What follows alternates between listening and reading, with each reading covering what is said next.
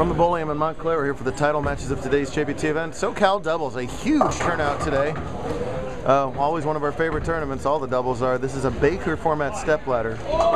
These are the number 2 seeded team of Jacob Camacho and James Hawkins. So Jacob's going to be doing all the even numbered frames on the right lane, and James will follow him on the odd numbered lanes. They're taking on the top seed of Derek Acuff and Kyle Duster, who roared back from near last place in the tournament after game 2 to the all the way to the number 1 spot here. To their right, handicap is still in match number 2. Lindsey Graham and Gage Baker have a chance to win their second consecutive match, taking on Philip Sylvia and Caitlin Martin. That one's close. We'll keep an eye on that, but here we got title match action. Some old souls for a junior doubles tournament here. The youngest person bowling's what, 20? I think, right now. Camacho, no problem with the cross lane spare. Their strike spare to open up, while Derek and Duster started with the double. Grime for an important spare over there. She's going to miss it. The other team's got to win by 36, so add 35 to that for 157. Philip needs 18 pins to win, is what that means. Well, Hawkins trips out the 4-9 there to keep clean over there. Look up some old James Hawkins videos in JBT at JBT 900 and you'll see him bowling two-handed. He hasn't done that for about 4 years and still puts a ton of stank on that ball. Oh! Oh! Oh! From a big 4 into a big 2 into an easy spare into a strike, somehow Philip caves in everything.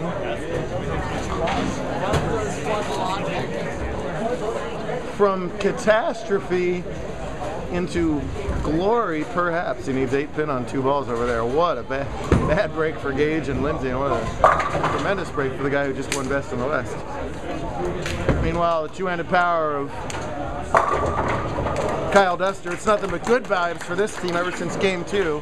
They had a bunch of bad vibes at minus 53 through 2 games, then shot 469 to get into the cut, and then a 548 scratch their first 2 games of the semifinals to leap into the lead, which they never gave up since then.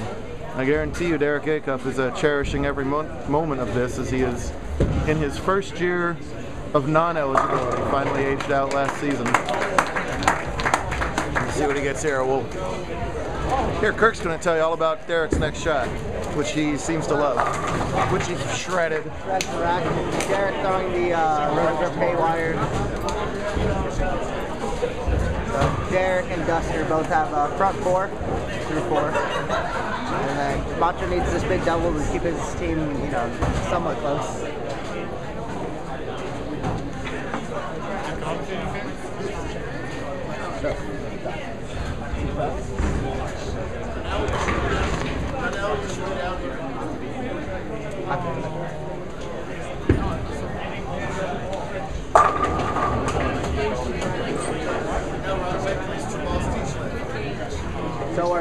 So we took top 4 today for our doubles event. It was Kyle Reed against Brian Reed. I guess it's top 5. Ryan Lee against Anthony Shannon, and then Kyle Reed against Brian Reed. And Ryan Lee left a very weird 5-10 to like 3-6. That was 10 back for Camacho. It was a huge shot. Yeah, Ryan Lee would leave a pocket 5-10, and then the Reeds would take over and eventually beat their match. And it was Matt Jones against the Reeds.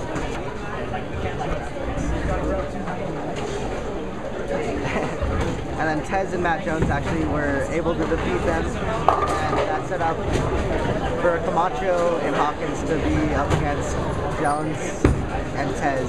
Oh, and that was way lucky. They could do it. Lucky enough to get 6-10. But Camacho and Hawkins were able to string enough strikes for a good 240 game in their last game. And that's a big shot that they actually needed right there.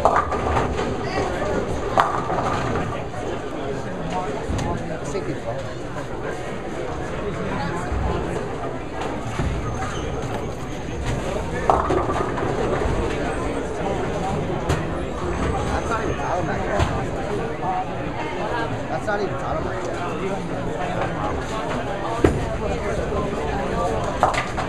So Jeff pointed out, for the 548 that Derek and Kyle shot, that's a 269, 279 combined total with a 50 pin match play bonus.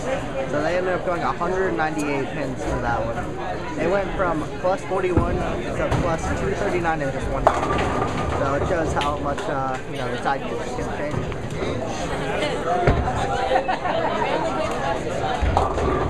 Great shot from Duster to keep on the 2 lead. I feel like if Duster and Derek get these next 2 shots, there's no turning back for them. That was wider than the last shot, and it's almost a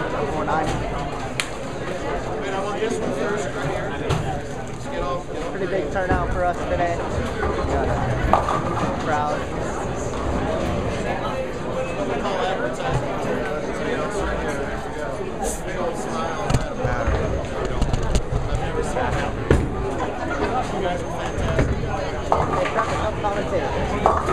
Come commentate. Today we bowled on the 40-foot beaten hash, and it played kind of like where you had to jump inside a lot.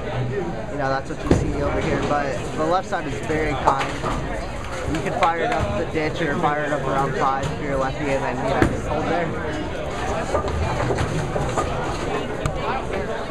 Alright, so we are now through 5 frames, and Team Bad Pies are up by 21 pins.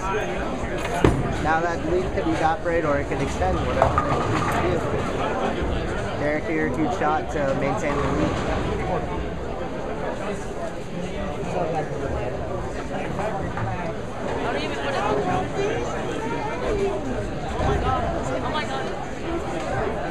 Derek takes another second. Derek, one of our old favorites who actually just aged out last season.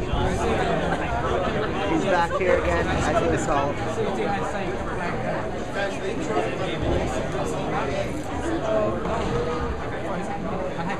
Alright, Derek A up with the haywire. What's up, man? You want to commentate? And just enough to get out that 7. Almost a half 7, but he's able just to slap it out. I don't even know if Buck is down. Over there, you see our tournament leaders for handicap would be the flags, Leia and Matthew. They led by quite a bit. Pretty much after the first game, they were in the lead and had the lead the whole time.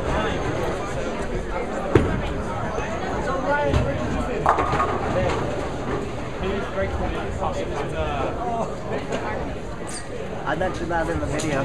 How do you feel about that 5'10", Ryan? That sucks. Jeff is right there. Yeah, I'm just commentating for now. He needs a new camera though. Alright, Macho almost ball returning it. Very nice. He's throwing a snap block actually. That was a big pull. He would like to have that one back.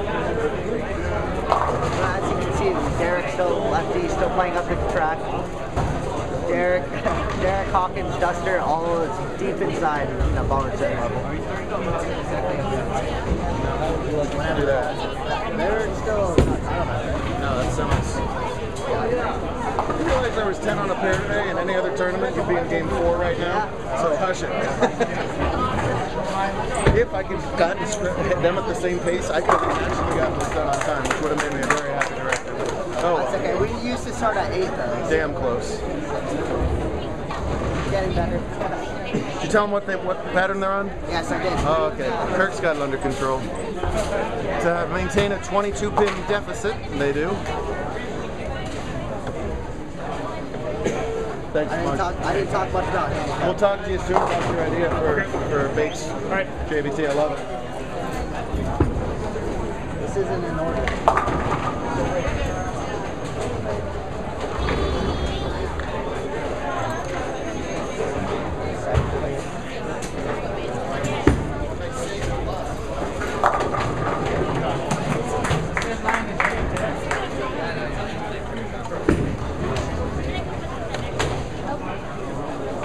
Alright, so they're still up by 22, the top seeds. In the last match, Jacob and James got by Cortez and Matt Jones. I'm very disappointed to not get Matt on camera so that I can break the internet again by showing the world how he bowls. You can't do that. That's betting average is 110. They had to go lefty in some houses because they wouldn't allow him to bowl like that because it would dent the lanes. I don't really know that I buy that in the era of synthetics. They allowed Marshall Kent to loft at 40 feet for a whole block. So I don't know about that one. Before then, Tez and Matt beat the Reeds, father and son team of Brian and Kyle, 228 to 215, and the Reeds got by Anthony Shannon and Ryan Lee. With a nasty pocket 5-10. Anthony to mark to win in pocket 5-10. Riley Dempsey went front 10, almost pocket 5-8-7 or something with 5-8-10 today, so I don't know what that's all about. Apparently the oil is pushed down. What are we voting for teams? Big Ben, basically house. Okay. That's a good job for them.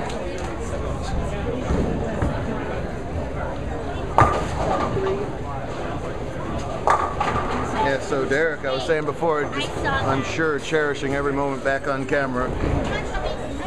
As he misses the tour and the tour misses him. One of our greatest ever, 27 career JBT titles.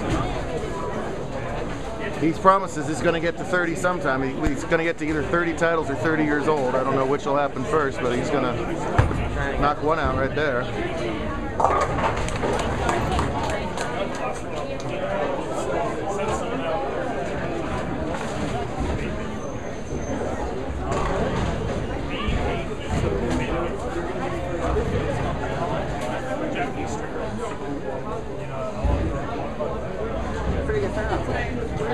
Unbelievable turnout. 20 teams up from last year, actually. 128 bowlers started this morning. That is from pretty much a low point in SoCal. Things seem to be turning around. I know Dave's getting good numbers at chat. And we're doing all right here. Keep spreading the word, though. All ages and averages. Oh, man. Ball just skates a pinch further down the line, rings a 7 instead. It carries out that 7. Still comfortably in the lead here. Jacob and James have that strike working here when Jacob comes up in the 8th frame. If Derek spares it, the team will lead by 31. Hard and straight, no problem with the 7. Only problem is the deadwood. Yeah, it's pretty much a do or die situation. How are you? Have you checked in over there? It's pretty much a do or die situation right here for Jacob. Yeah, if he doesn't strike here, they can max for 227.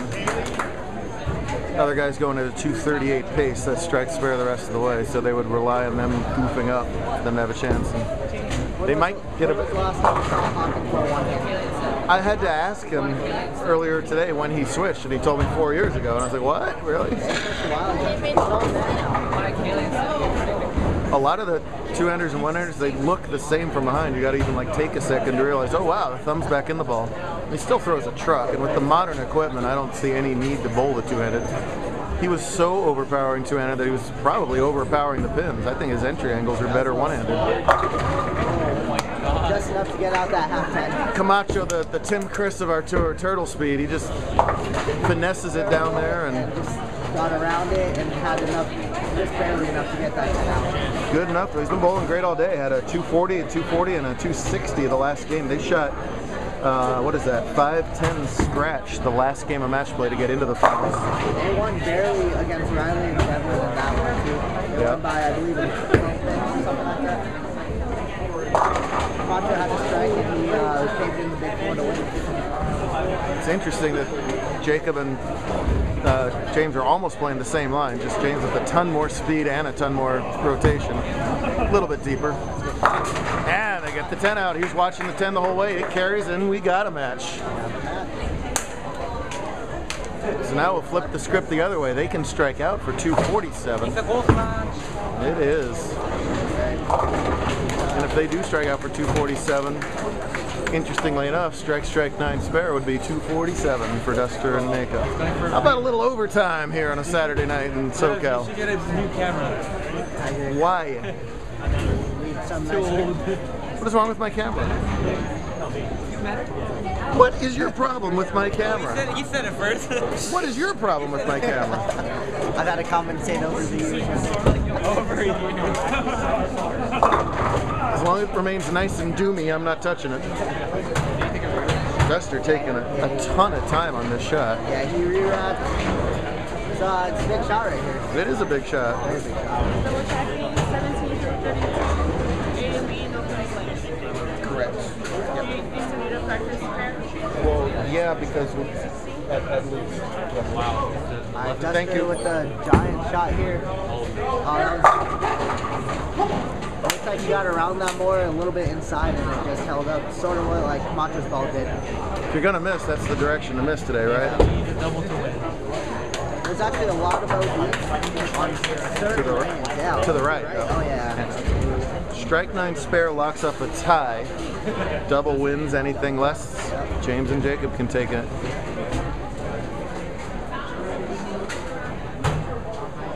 Well, Derek only gets a couple times a year to be in this position anymore, and here we go. Derek and Duster both very clutch in their careers. Surprised he's not softened for that dead. I always wear shorts. I'm gonna do that. Hey, Norm Dugan. Grabbing it like it's 2015.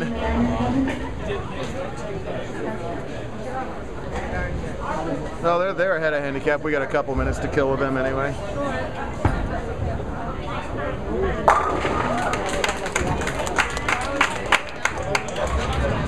He's the owner of the pro shop. He's been doing, Buddy over there has been doing double time. He's been working the shop while he's been bowling a tournament for the last 8 hours. Does he used to bowl at JBT? Pretty impressive. No? Nope. He's bowled a couple doubles with us. That's it. All right, now let's see if he can pry it off. Big shot right there. That was a lot better than his last shot. Oh, yeah. That's the first one. I see what you mean, Kirk. That was a lot further left at the break point. 2 or 3 boards, that ball bit through the pocket a lot better. He's getting his ball around 3, 4, 5. The other shot was around 7. I am surprised he's not getting that deadwood cleared because that's near his break point, and if he happens to graze that pin, it's a 0, folks.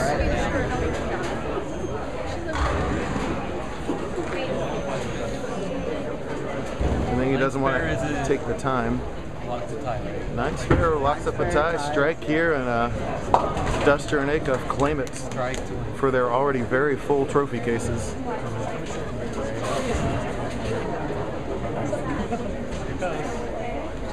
Oh, way right. No chance at all. Andy drops a pin of count. Yeah. Now Camacho can strike out to win. Now this spare is huge though. No, every pin on the spare, absolutely.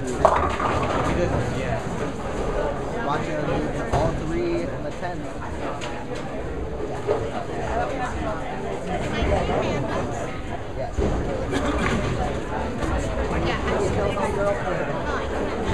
Two is large, but he's going to want that first ball back really badly. Nonetheless, a very nice 2-4-6. But will it be bad vibes or good? Well, in a title match where Derek has 27 wins, Kyle has 15, and Hawkins has 11 or 12, Jacob is sitting on 3. That doesn't mean he doesn't have the experience. He's been at a high level with us for a long time. He went east to school for a while, so he lost a couple years that way. But what I'm saying is he is perfectly capable of throwing 3 in the 10th right here. He's had a great look all day. Duster is begging to my right. How many titles does Jacob have? How many titles does he have? 3? Jacob?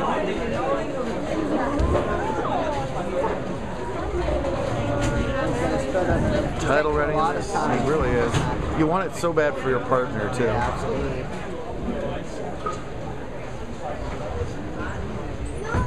That was a lot solid shot. Likes it. Oh. I wonder if it was one of those he threw it too good, if he like really caught it well. And yeah, I think he just got way more behind it than he did on his previous shots because he was getting around it a lot more than he was in that shot.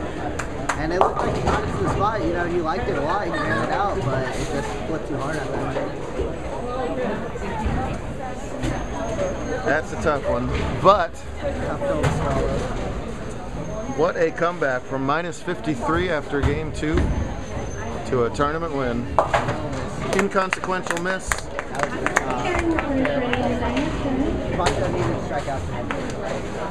Great stuff out of 4 awful talented bowlers right there. Part 2 in the handicap division coming up later. Derek back in the winner's circle with Mr. Duster.